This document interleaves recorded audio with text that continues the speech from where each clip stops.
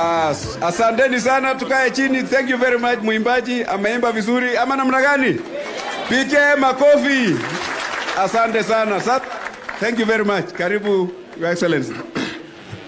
Haya.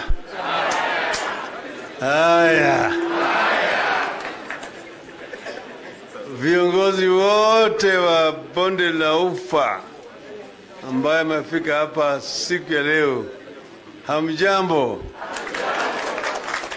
Chamge Tugul, Chamge Kogeny. Asanteni sana, tumefika Bonde la Ufa na tuna furaha tele kurudi tena hapa.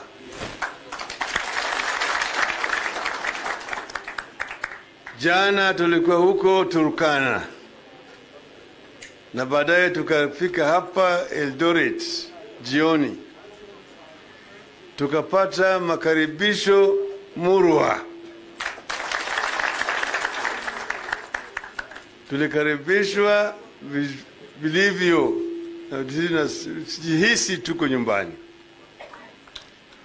Sasa nimefika hapa siku ya leo na mimi najikuta ndiko miongoni ya marafiki wangu wengi zaidi hapa. Na wamenena, wengi wameongea kabisa, wamefoka, wametapika yale maneno yote.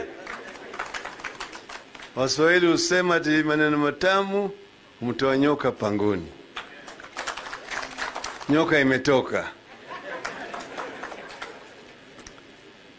Maneno mengi ambayo yamesemewa hapa ni maneno ambayo zingine sisi tunajua.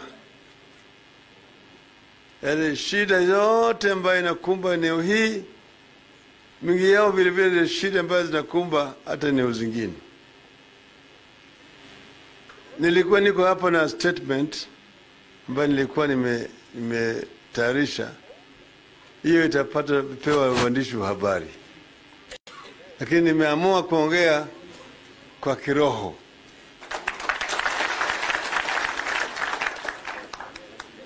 Umetaja mambo ya insecurity, haswa kule chini kwa bonde, mambo ya wezi ya mifugo, majangili ambayo wanatembea na bunduki na wanaua watu. Hali nimesikia. Mwongea sana juu ya mambo ya ufisadi. Na mbeleni pale walioanza kuongea, wameongea juu ya mambo kutoka Keyo huko. Mambo ya mabwawa ya Kimarer na Ror. Na ile pesa ambayo ilikuliwa huko. Na vile vile manake kulikuwa na mahitaji ya kujenga hizo mabwawa. Ingawaje wezi ilitokea, lakini sio ndio sababu sasa kusimamisha ujenzi hizi mabwawa. Tena mkaongea juu ya Fluospa kule Keyo, ambayo nataka ifufushwe ili ajira ipatikane kwa vijana na vile vile pesa ipatikane kwa serikali. Alafu mkaongea juu ya mambo ya wale watu ambao walikuwa evicted kule Mau, mambo ya resettlement. Tuko na ma-IDPs wengi zaidi. Vile Mau iko, ukaenda Nganalaia, Naivasha, kila mahali kuna watu ambao walikuwa evicted. Sasa zaidi ya miaka 10 wanakaa pale kwa kama refugees, wakimbizi ndani ya nchi yao. Haya yote nataka yatatuliwe.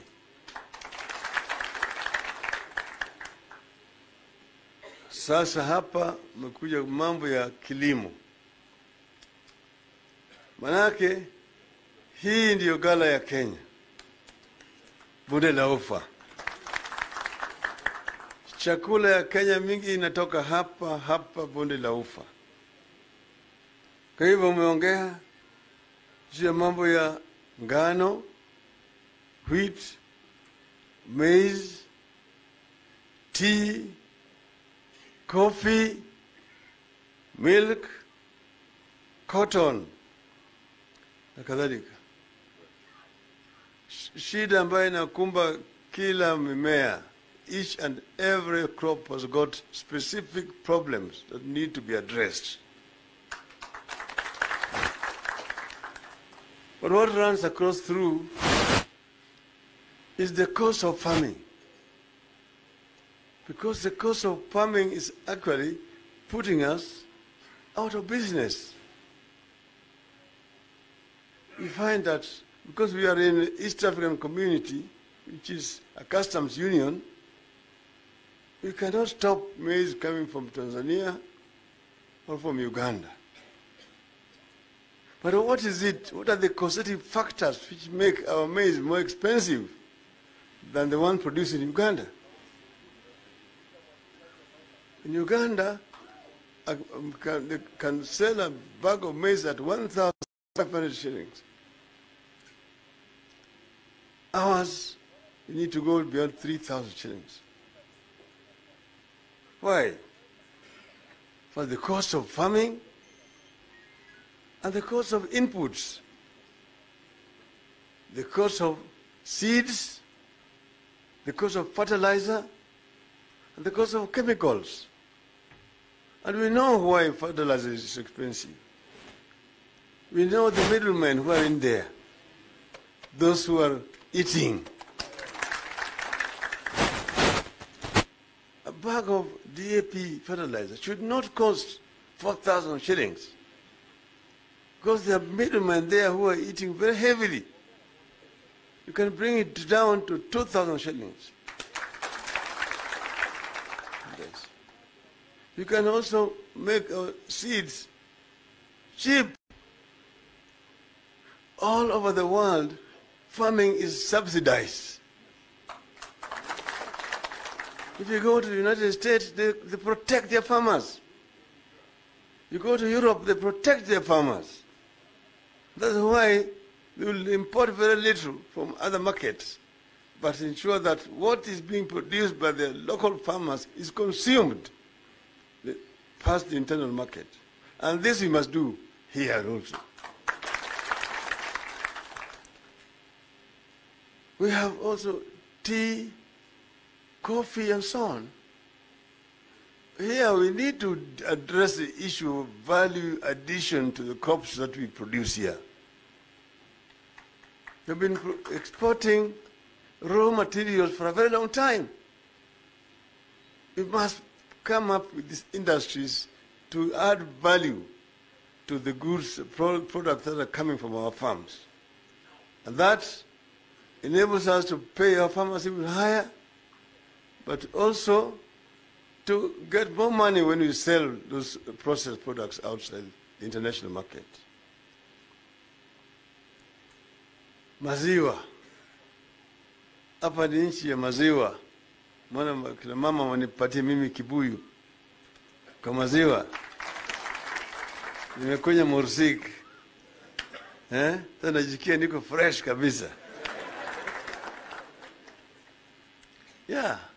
But then remember at KCC, and they had approached me, Arab Menjo, over the issue of KCC, and I wrote a letter to the government. KCC used to belong to farmers. It's a farmers' union. And basically restructure and ensure that when it's given back to the farmers, it will not collapse. It will continue to operate efficiently, and farmers will be able to get value for their milk. This is what we need to do, and that we shall do.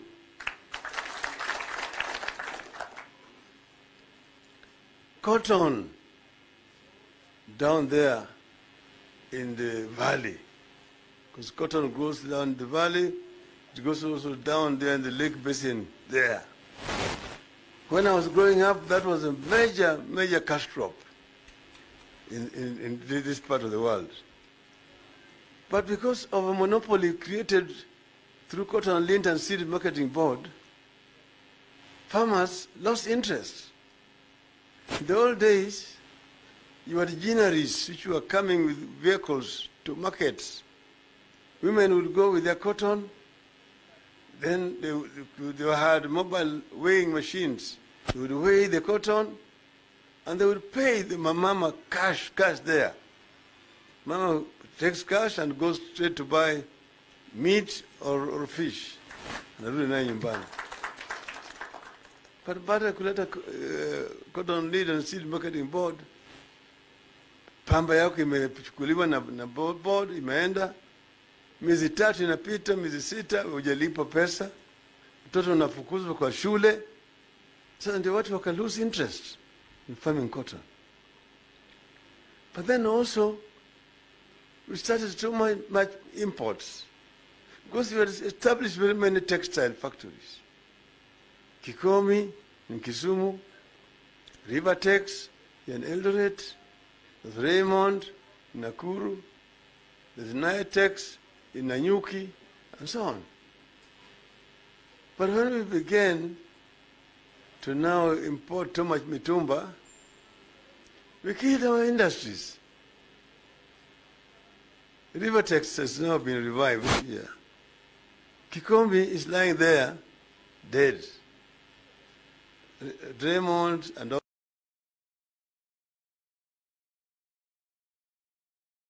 these other ones here.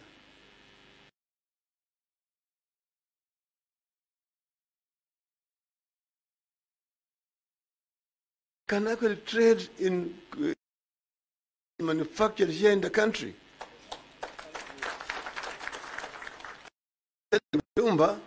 Sell made in Kenya. Made in Kenya, buy made in Kenya. Let the brand buy made in Kenya be our national brand. Proud to dress in things which are made in Kenya. I'm wearing made in Kenya. So this is what we need to encourage. If you go these days to industrial area in Nairobi, where I started business many years ago, it's a distressing sight. Most industries used to employ 300, 500 people are now closed. They are now just warehouses storing containers, carrying cheap goods from China. So we have exported our labor to China. And here we have got so many young people roaming our streets without jobs. We must reverse this trend. The same thing here in Eldoret, in Nakuru, in Kisumu, in Nyeri, in Mombasa. We are actually fighting against imports. And we must change this brand and say, I'm proud to buy products made in Kenya.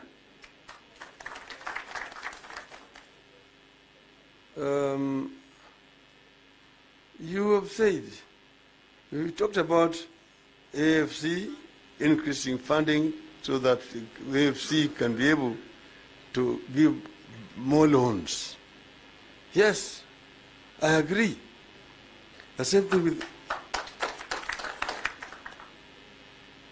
And then you also mentioned the Maputo Protocol, which said that each and every government should spend at least 10% of its budget on agriculture.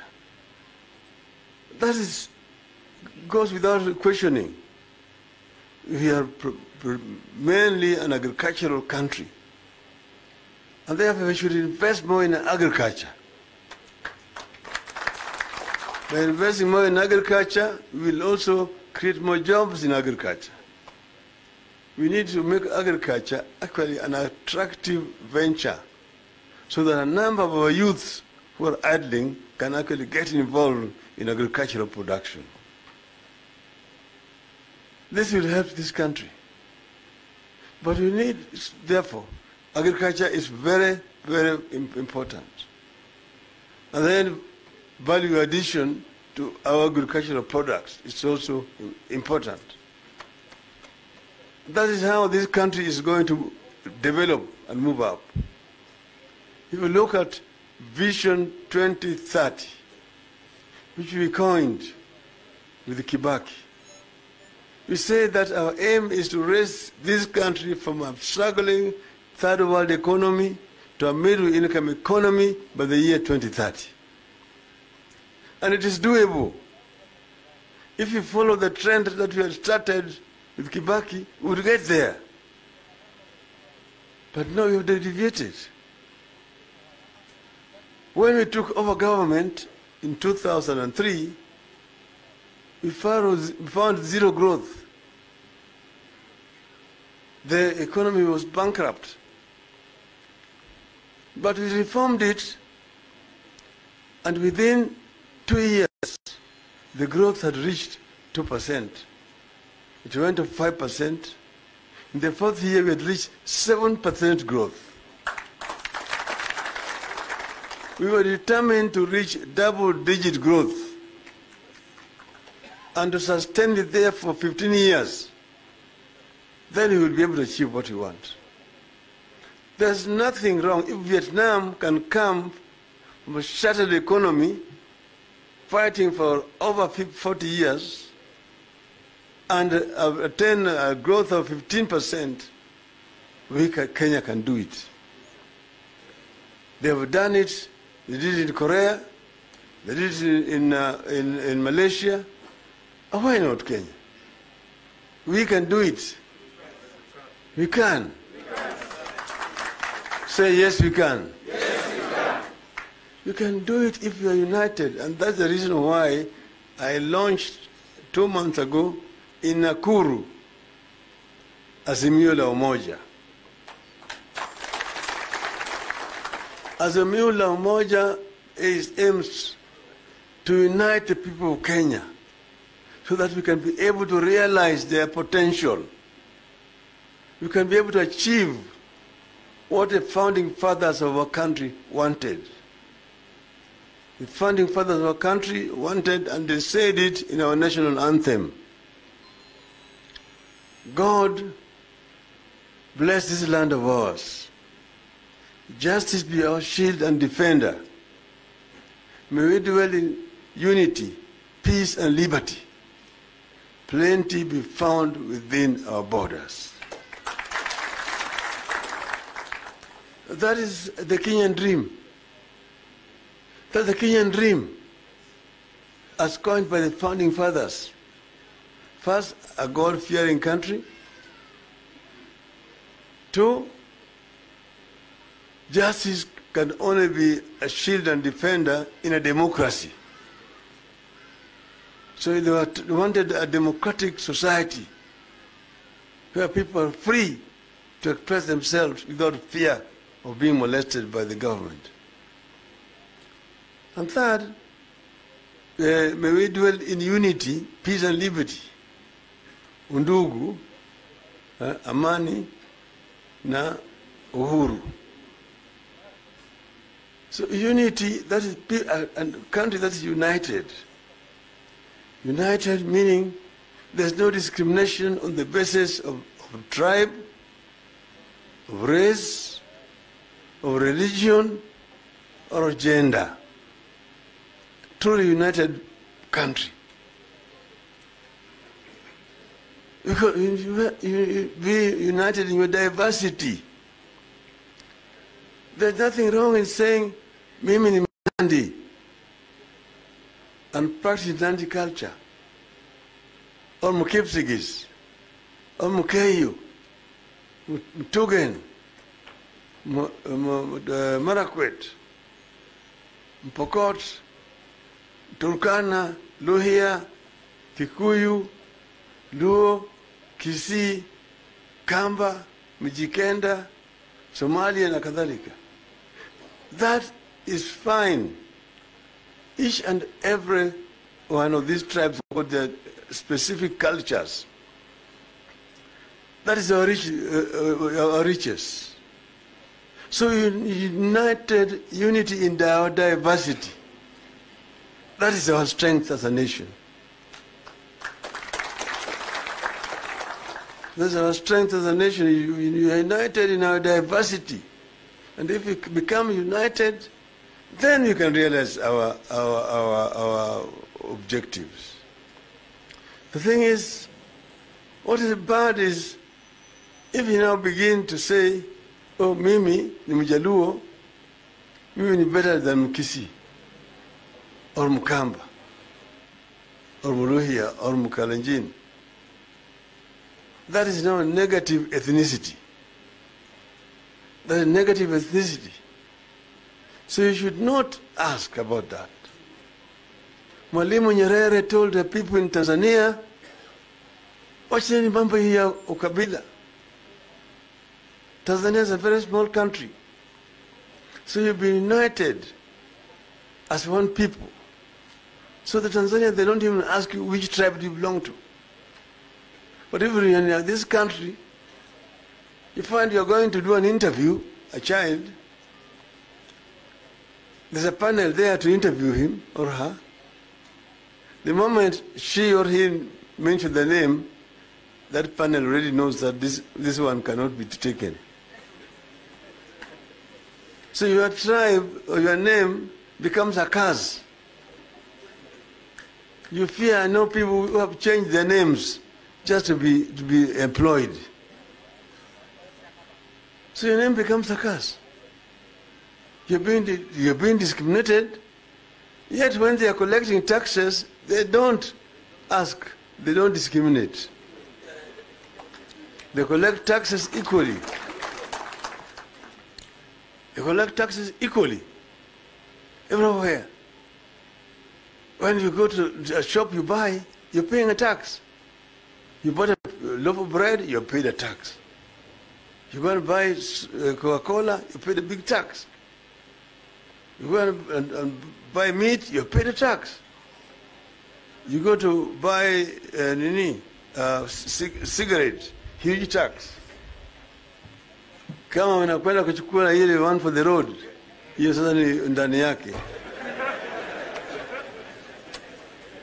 Hiyo ni ushuru unalipa kila siku, upende usipende. Na hiyo inarogoto yote naenda huku Nairobi. Wakishakwenda kule sasa ile inagawanywa, sasa wana discriminate. That is what we didn't want. And that's why we brought devolution. Devolution had very many enemies. That's why we had problems with Bomas of Kenya. Wengine walikuwa hawataki kusikia ati wengine wataitwa governors. Because of fear of the unknown. Fear of the unknown. But more, the bureaucracy in Nairobi did not want it. Because they want to hold to the funds in Nairobi. They don't want to let go. You remember when we were at Bomas of Kenya, the chairman of the devolution committee, Dr. Odhiambo Mbai, was assassinated. They sent people to his home, and in broad daylight, in front of his children, they pumped several bullets into him at midday, and he died. So revolution had many enemies. But then it came, remember we disagreed, they blocked it in court, they went and literally took it to Bunge, passed it, but then we went to the court of public opinion. And there were chungwas and dizzies. And you remember what happened? Eventually, when after 2007, we went back. When we went back, now we were forced to take a team to Naivasha. And then they did these changes. They brought it back. It was now red and green. And you know who were the Reds and who was the leader of the Reds. And somebody alluded to it here. I don't know who are the Greens. So we brought revolution and resources now here. But then, you remember they said there that minimum 15% of resources shall be devolved. Now in the BBI, we are trying to change it to increase it to 35%. But why are you doing it? Because now you hear them saying, oh, you don't need to change the constitution, you can do it. No, if you leave it at 15%, that is what they will give. Because you have left it discretionary. And because the bureaucracy at the top does not want to let go, they will not give more than 15%. Even now, they have not been given that 15% of Paranya can tell you. So that's why you said you must put it in the constitution.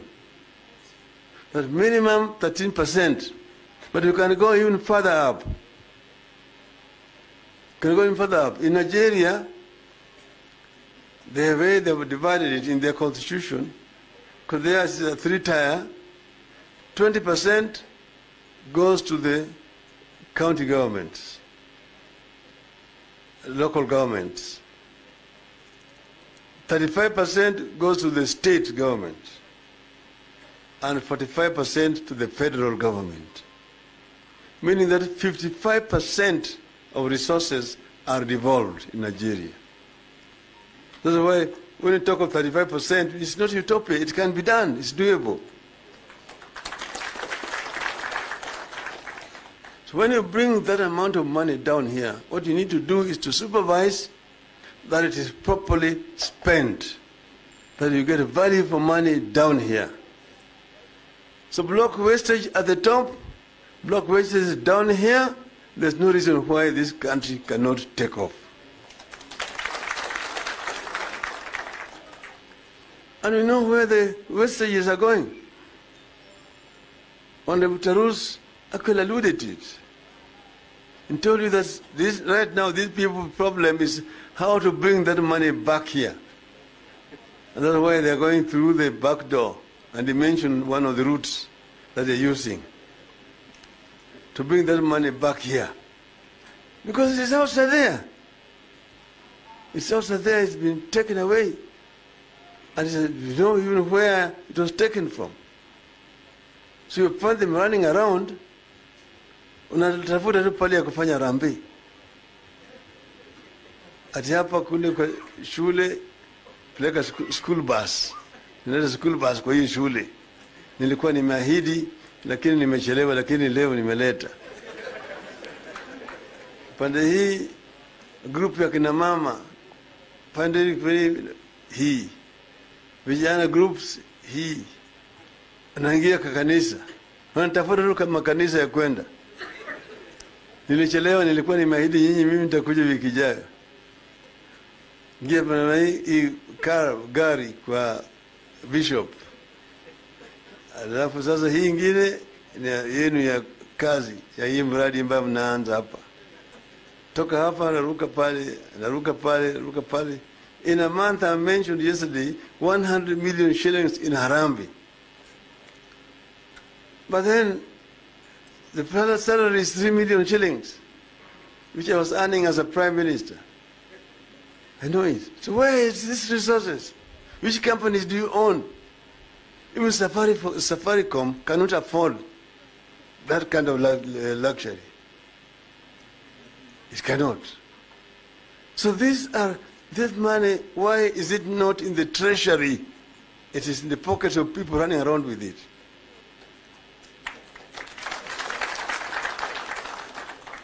And then you are hitting at the same government. You are the cause of the problems, and you are yourself also now the ones who is now abusing and attacking that government. Hypocrisy. So we can change these things if you're united. If you can change all these things if you're united. That's why I've come here at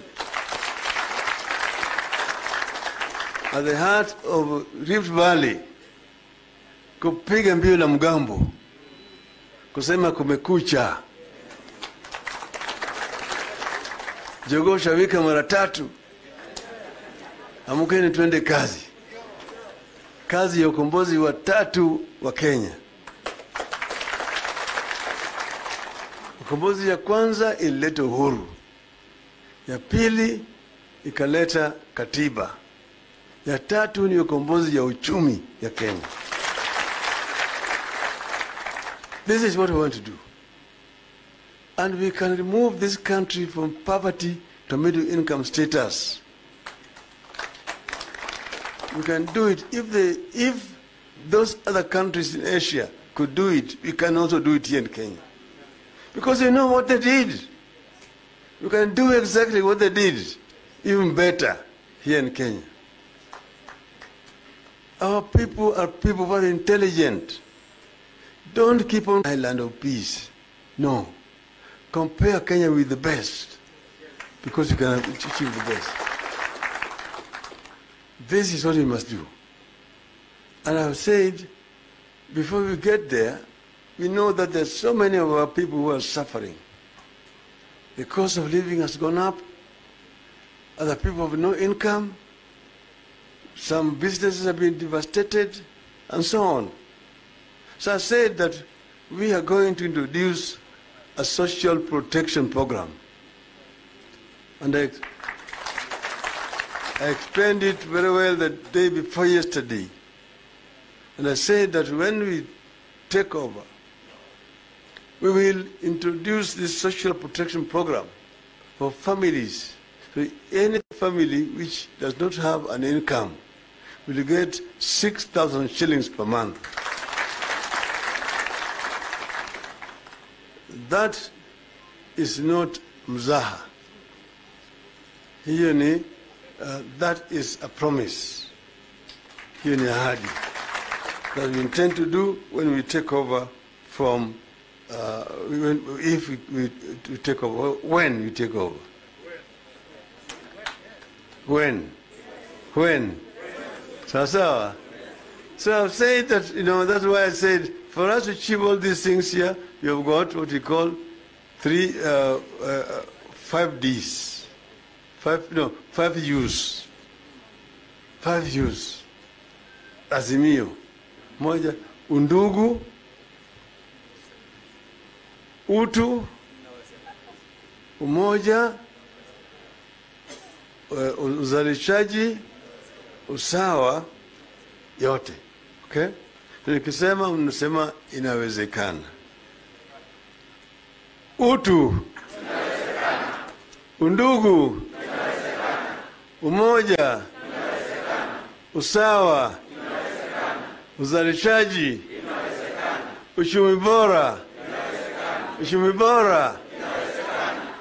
So Reggae went on half time.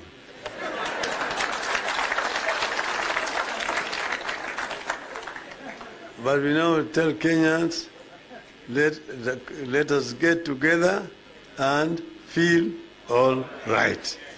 Thank you.